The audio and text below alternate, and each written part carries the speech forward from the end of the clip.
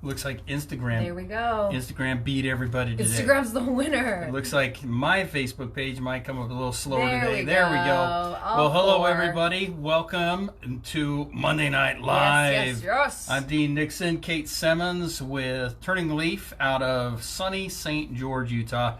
We've got 4 different venues. We're coming at you. We've got our pages. On 3 pages on Facebook, excuse me, and an Instagram page. Yes, and we're so excited to be joining you guys here tonight as we are still just riding the surf that is the world at the moment, right? Yes. That's exactly how I feel like. I feel like I'm learning how to ride a surfboard. You are a surfer, Dean. I know that you've done that in your life. I am not a surfer. I have surfer in my blood. I just have never done that. Eaten a lot of sand and pretended to get up, but not a surfer for sure. Yes. Well, we're excited to get on our topics tonight. We know that everyone out there, we are looking at week 3. Yeah. I think week 3 or 4 for depending on where you're at, the size of your city. Our goal is to always bring light and love into the world and help people really connect. And so today, what we really wanted to do was talk about some self-care. Yes, it's super important right now while we're all kind of basically, some of us forced, right, with like actual shelter-in-place orders. Yeah, exactly. Shelter-in-place orders. So some are needing to be in place. Yeah. And depending where you're at on the world, I've got some good friends that live over in Germany, and they are very much at home, like cannot go anywhere, right? Do not leave. And then kind of the variety that we have going on through the States, where currently where we're at here in St. George, it's that social distancing, being super aware, washing your hands, cleaning surfaces, taking extra precautions. Right. And as we have been put into this situation, we were talking today about how great it would be to talk about different ways that we can really dig into self-care during this time.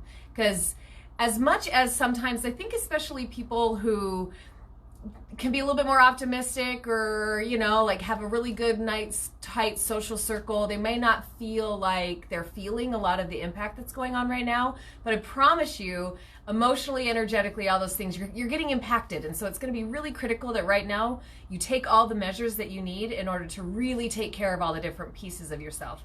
So Dean and I have come up with 5 different ways? I believe so. To be able to really dig in and take care of yourself at this time.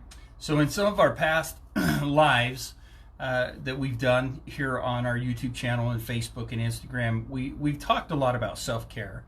And so again, kind of looping back, as Kate was saying, the purpose tonight is to talk about self-care in this, quote, quarantine state. Right.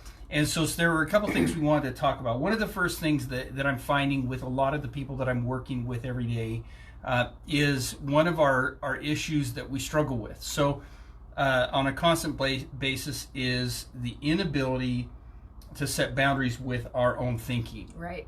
And because we struggle with that, the boundary issue with our own thoughts, we have a hard time controlling the type of things that we allow ourselves to think about and ponder about and feel and experience. And so that is one of the first things that really in our self-care is we have to become aware of what are the thoughts that I'm allowing myself to have? What am I letting my mind wander to? Is it beneficial? Is it helping? And I know sometimes it's that awfulizing. I love that term. I didn't coin it. I'm not sure who did. But it's that idea of taking something and seeing how awful it can be. Right. And really running with it, kind of passing it off to your imagination, allowing your imagination to run wild with all the things that could go wrong. I just imagined this thought as a football, right? Like tucked back to the guy that is on the wing and just runs all the way. You know football better than me. What's the position there? The running back? Is that what it is? Is this like 1930? 1930 football. The running back. You're awesome. I love you. But I just imagine that, like, that thought of just handing the football off. And then, from like yard 1 all the way down the field, right, is what we can tend to do with it if we aren't putting boundaries on our thoughts. Yeah, if we're not stopping that, if we're not refocusing and repurposing that energy, and And, you know, a lot of times with our thoughts, when they start to run wild and we start to think of all the horrible things that could happen, all the things that might happen, and it's so intriguing to me. Like, I've heard some stuff. Like, I've heard some stuff where people's minds have gone a little bit way too far. Well, not a little bit, but way too far in assuming the worst and assuming all these things. And we do it to try to protect ourselves. It's kind of an instinct that we have as human beings. But the problem is, like you said, it's like handing that football off and running the full 100 yards. Right. And the problem with that is we make things happen inside of us emotionally. We traumatize ourselves. Yes. And we hurt ourselves. So when we set a boundary with our thought, the challenge here isn't to say, well, okay, if I have a negative thought, replace it with a positive thought, because we're still giving it energy. What it is, it's about repurposing and refocusing. And so it's like with anything, we just have to give it a different direction or a different energy or different focus. Right. And it's so cool when you start to really get in practice of this, how powerful it is to really recognize that we have all the power inside of us to choose how we direct our thoughts. Right. It's completely liberating. So do it. Try it. Wow. She got a little I got finger pointy going on. Well, it is. It's like the most powerful thing we can learn how to do is to really control our thoughts. I can't control other people around me. I can't control the economy. I can't control what's going on globally. I can't control if it rains or it's sunny. It's sunny outside. I can't control that, but I can control what I think. And that's where we really need to empower ourselves the most. The next thing that we can do is really practice compassion towards self. Yes, absolutely. And in this time, it's really easy for us to compare ourselves to other people. It's easy to get caught up in all of that. Right. In fact, I saw, I'm sure you're just like me and you're loving a lot of the memes that are going around because dang it, humans are creative and clever, and I just love it. But one of the ones that I was like, yes, that I really loved that I saw go around probably midweek last week was that it was like, hey, if you don't come out of this social distancing quarantine experience with a new side hustle or a new hobby or six pack of abs or whatever it is, right? Like you really need to check yourself and see what you're doing with your life. But in this particular meme, the person had crossed that out and had written in there, it's okay because there's no right or wrong way to do this. And I think that that's huge at this time. Our society falls so heavily into comparison, and we talk about this a lot too on this venue about how social media and these kinds of things really suck us into that glasses half full, looking at the world in a skewy way because it's not really reality, right? But to be able to really dig in right now and realize that if all you can do is get up and open the shades and like change out of your pajamas and take care of your kids and keep them breathing that day, awesome. Like you don't need to create as Jamie Leitner would say, not sell them on eBay. Right, exactly. That's illegal. Right? But you don't need to come up with 6 different streams of income right now. You don't need to create, like this whole thing that we're going through at the moment, there's no right or wrong way to make it through at this point. Like, just be really kind to yourself. And if you want to do all those things, do it. Do it. High five. Yeah. But if you're going to binge on Netflix and make lasagna, that's cool too. Like, I love lasagna. I do too. It is important as we have that compassion to recognize that we're going to be going through ups and downs. Yes. And we're going to be going through these experiences where emotionally we're scared, emotionally we're struggling, we're fearful of what may or may not come. We're going to have moments of inspiration where we see things on media, where we see people that are doing things beyond themselves that will inspire us and bring us to tears. So we're going to be riding the highs and we're going to be riding the lows of this process, and that's why compassion is so critical. Yes. Because as we have compassion, the one emotion that compassion breeds is gratitude. And that's an important part through this process is to have compassion, but also to engage in the energy of gratitude as well. Because gratitude truly is one of the most life-changing emotions we can experience. But if I don't have compassion on myself, if I don't have compassion towards myself, I won't have compassion towards others.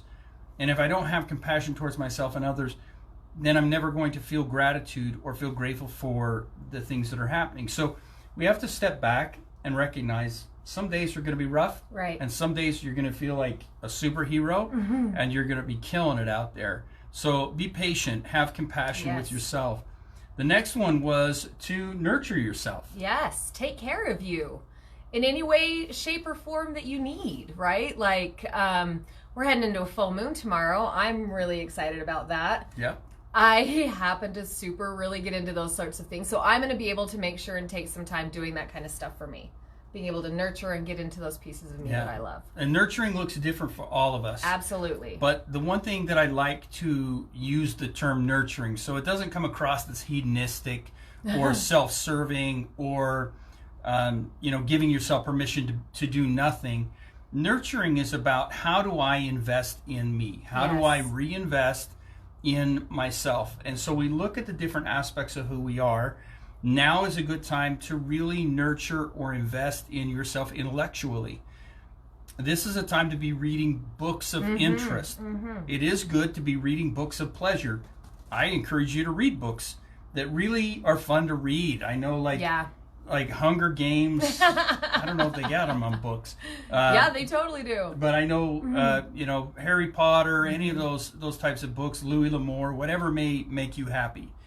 But now's a great time to be reading books that help educate you and to help inspire you and to help teach you. This is a time for us to really hunker down and nurture. On the emotional side of us, that's one where we've got to learn how to honor our emotions, to have compassion on those emotions. Right. The next one we talk about, we'll add to that in a moment. It trickles right into that next one really well. But we really emotionally need to be patient. Physically, we need to be investing in ourselves. Now's the time to really be taking the time to research.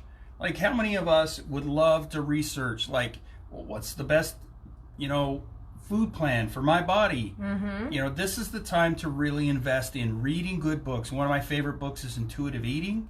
For those of you that are intrigued in that, there's other things that you can learn about your body, physical exercise, activity, etc.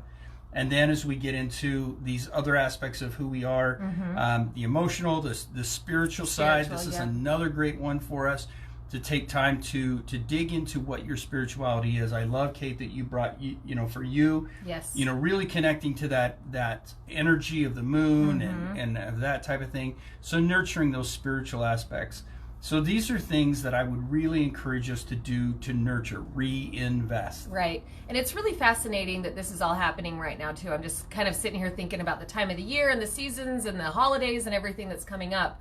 For a lot of us in the Western and Christian world, it's Easter. We're coming up on Easter. That's true. Which is a time of renewal, of new life, all of that kind of stuff. And so part of that Christian reality. Yeah, exactly. And so likewise, in the world right now, we're kind of being put into that place of we're going to be coming out of this COVID-19 thing, and we're going to have this kind of renewed way of life. I love, that's another thing that I've seen that's going around, is like, what pieces of things that you're doing right now and that you're learning and that you're experiencing are you going to choose to carry forward, and not just go right back to the same old before it happened, because there's beautiful things that we're all getting from this experience. Yes. So going back to that emotional piece and being able to nurture ourselves emotionally, one way that you can really do that is to make sure that you're communicating your emotional needs, really all of your needs, right? Like, make sure that, and that's such a critical piece of self-care, is to communicate that, right? A lot of times the things that we need to get from each other. Like, it's not just a super solo journey. And so I wish sometimes, do you ever do those quizzes that's like, hey, if you had a superpower, what would you choose? I'm always like, read minds or fly. Read minds or fly. And fly wins out for me every time, Dean, because I can be here right now, and then I could be like, see, I'm going to Florida, and I'll just fly myself there right? And that wins over it. But we aren't mind readers. We can be connected to each other and kind of feel each other emotionally, but I don't know what you need if you don't communicate that with me. If I can help you with that, I would love to be able to do that. Right. So being able to communicate our needs, to love ourselves enough to communicate it is a huge piece of self-care. Yeah, absolutely.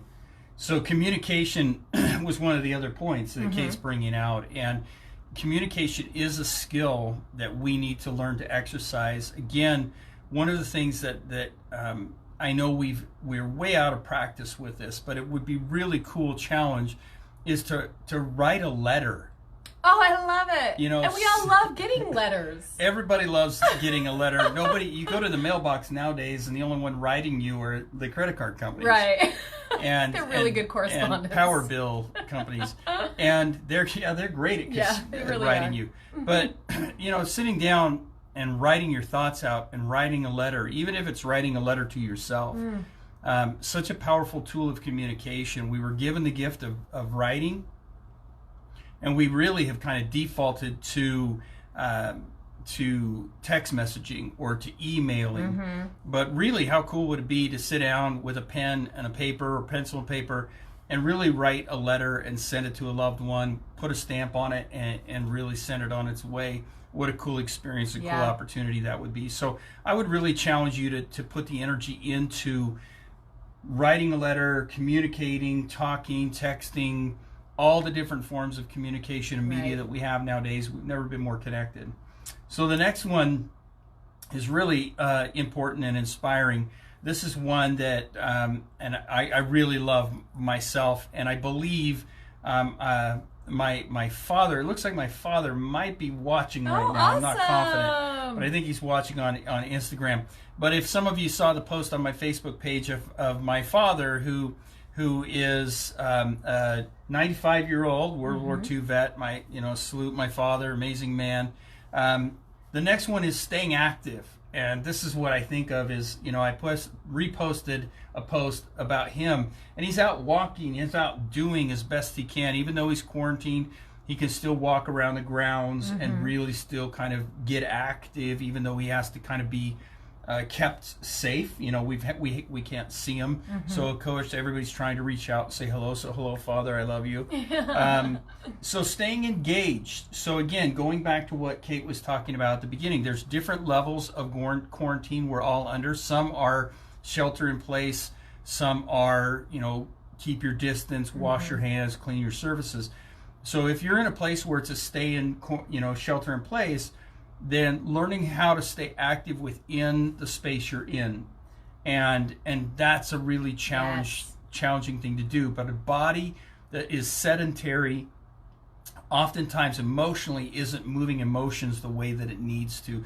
Emotions are energy in motion, and so we've got to get that energy moving constantly. So figuring out if it's walking laps in the living room, walk laps in the living room. But whatever you got to do, if it's like here in St. George, we're a little bit more remote, a little bit more urban, we can get out and hike some trails where you're never going to see anybody, and still honor that social distancing energy.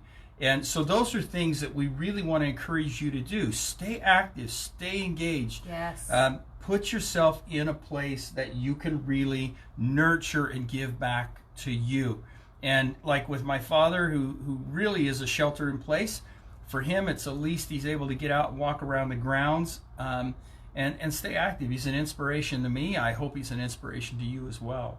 Yeah, and I love that engaged part of it too, right? So like really taking that proactive stance of it. And I'm going to loop that right back up into our communication piece, because I think a huge piece of communication and the staying active bit is to tap into our community. Even if we're distanced from one another right now, like stay engaged with those relationships, communicate with that, stay engaged with whomever it is that you're living with, right? And be able to get everybody on board and make it connective, because it's, as human beings, we really, really, really need to connect. Yep, that's how we're built. That's why we're here. We all huddled together somehow, and those that didn't and wandered off and found themselves a little cave to retreat in, that's where they ended. That's where they were. But the rest of us, we're groupers, and we do need to be a community. It is going to change the face of things. I am intrigued to see this social experience that we're going in. I call it a social experience, but also a social experiment. is really going to change the way that we experience life, and I'm excited to see what we do with it as human beings. So these are some tips that we wanted to share with you, some ideas to keep yourselves up and moving forward. Yeah, and we want you to know that we love you guys. We are just here for you all the time. Dean and I are doing our best to just keep a lot of just positivity and ourselves available. So if you're finding that you need to connect and reach out, we're here. We can do sessions by Skype or over the phone or whatever you feel most comfortable with. But now is the time that we really need to dig in and use each other and help each other in order to be able to get the most out of this experience that we're going through. So 100%. Well said. Thank you. Well, thank you everybody for tuning in. Again, please like and share our videos. You can also find our new podcasts that have been launched. Woo, woo. We're sending those links out, so please make sure that you like and share those. I know I'm not saying it correctly. You are. That's but perfect. You can find that on our YouTube channel. You can find them on our Facebook and Instagram feed. So thank you everybody. We're excited. We will see you next week on Monday Night Live. Have a great one. Have a good one.